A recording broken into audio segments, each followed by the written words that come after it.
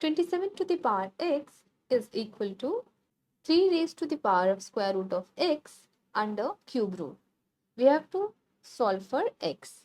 Now 27 we can write it as 3 to the power 3, then whole to the power x equal to 3 to the power square root of x.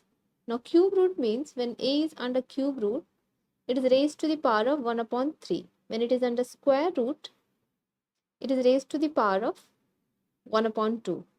If it is under fourth root, it is raised to the power of 1 upon 4. So this we can write it as raised to the power of 1 upon 3. Now there is an identity. If a to the power m whole to the power n, it is equal to a to the power m times n. Therefore, this will be 3 to the power 3x equal to 3 to the power square root of x times 1 upon 3, or we can write it as square root of x upon 3. Again, there is a rule. If a to the power m equal to a to the power n and a is not equal to 0 or 1, here a is 3, in that case m is equal to n. That means 3x is equal to square root of x upon 3. Now let's multiply 3 to both the sides. This 3 and this 3 gets cancelled. We have 9x is equal to square root of x.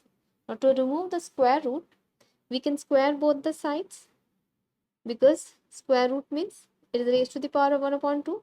So when we square it, the exponent is multiplied with 2. So we can cancel the square root with the square. So this side also square. And when a times b whole raised to the power m, it is equal to a to the power m times b to the power m. So it will be 9 square times x square is equal to x, or 81 x square is equal to x. Divide both the sides by x. So x cancelled 1, and here x times x is x square. So 81x is equal to 1, or divide both the sides by 81, then 81 and 81 gets cancelled, or x is equal to 1 upon 81. This is the value of x. Let's verify this answer. 27 to the power of 1 upon 81, we have to check whether it is equal to 3 raised to the power of 1 upon 81 under square root, all under cube root. So 27 is 3 to the power 3 times 1 upon 81.